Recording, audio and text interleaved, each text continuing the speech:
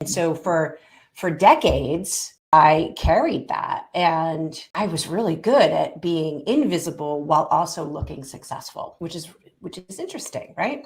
Yeah.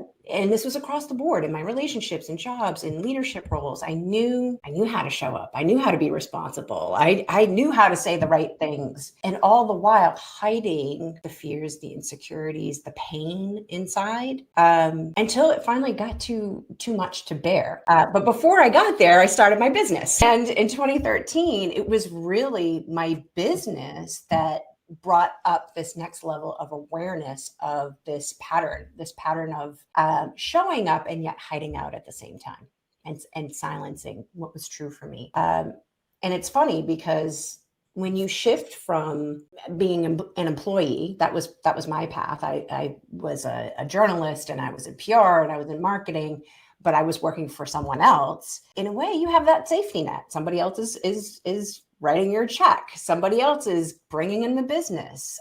Somebody else is maybe the face of that business. And when you shift into your own business, you are the voice, you are the face, you are responsible for all of it. And so, my diligence, my responsibility, the working hard, being the good girl, right? The good worker, the good student, all those things that worked really well in my career suddenly weren't working for me in my business, and the results weren't matching my effort. And that really started me thinking of like, okay, what's going on here? And at the same time, I started to break through and see some of these patterns from something unexpected, from doing work with my clients. And this is long before I understood, how transformation works, and how often our clients can be a mirror of what's wanting to be loved up within ourselves, what's wanting to come up for healing and transformation in ourselves. And my clients were trusting me with really deep, vulnerable truths. They felt safe with me. It was a place where they could share openly and not be judged